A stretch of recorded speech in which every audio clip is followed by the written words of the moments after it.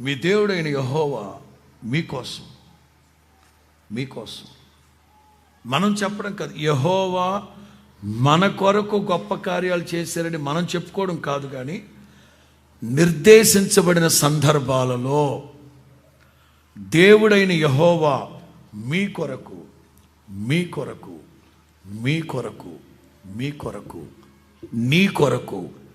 నీ కోసం ఏం చేశారు? ఇవన్నీ సమీక్షించుకున్న తర్వాత అప్పుడు ఈ మాట చెప్పాలి.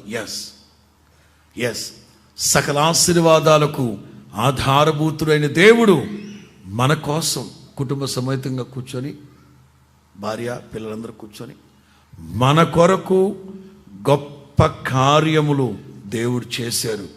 అందుని బట్టి మనం సంతోషభరితులమై ఉంటాం.